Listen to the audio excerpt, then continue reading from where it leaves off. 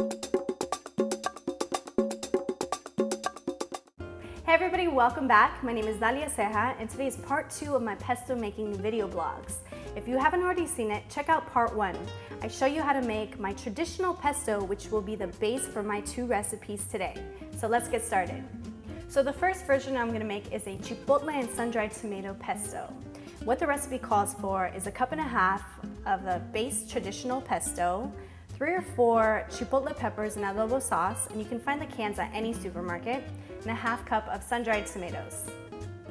The first thing you're going to want to add to the food processor is the base pesto. Next, add the chipotle peppers. Lastly, add the sun-dried tomatoes. Then you're going to want to blend it for about a minute.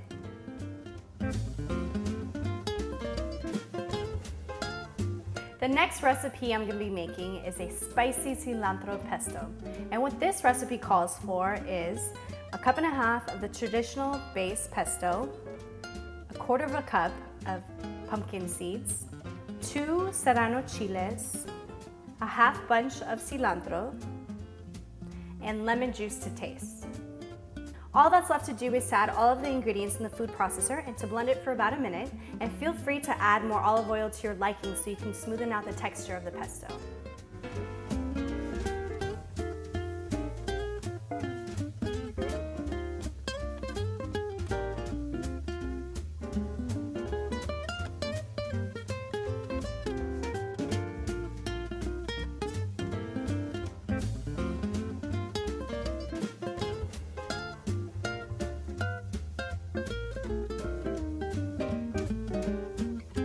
The first dish I'm going to be making is a rotini sun-dried tomato chipotle pasta.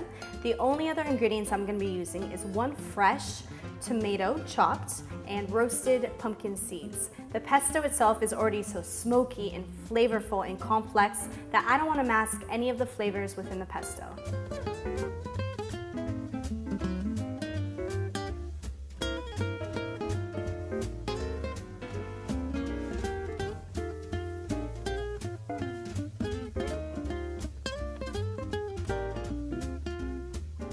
The next dish that I'm going to be making is a bow tie spicy serrano cilantro pesto pasta.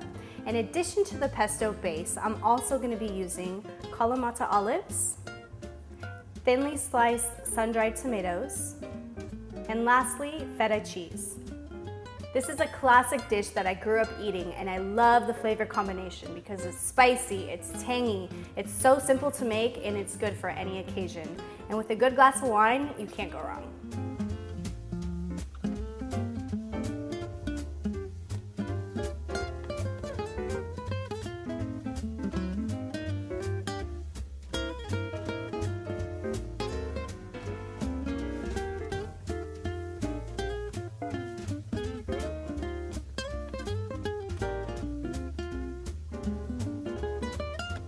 This last dish is one of my childhood favorites. Growing up in the country, my family used to have huge gardens, including loads of basil. So every summer, we would get together and make homemade pesto.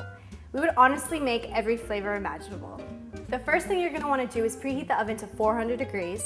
Next, you're going to want to cut the baguette in the middle and then slice it into sandwich-sized slices. After that, you're going to want to take a healthy layer of pesto and spread it on each baguette and top it off with some Parmesan cheese. Then you want to put it to bake for about 5 to 8 minutes.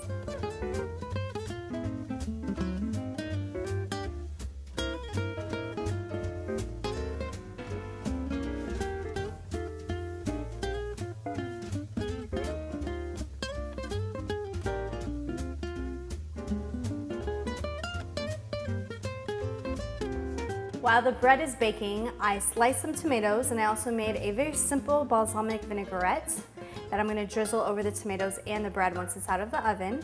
And what my vinaigrette consists of is olive oil, balsamic vinaigrette, crushed garlic, lemon juice, and a little bit of salt to taste.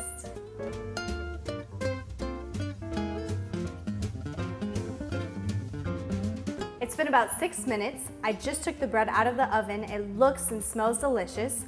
All that's left to do now is to add a tomato and drizzle a little bit more of the balsamic vinaigrette, and then finally I can enjoy the dishes I've made.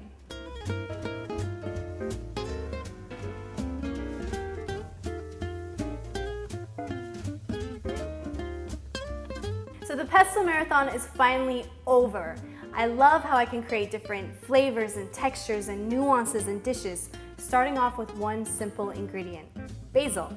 That's simply amazing, and I absolutely encourage you guys to go and experiment with your own unique flavors of pesto. And remember guys, it's all about having fun.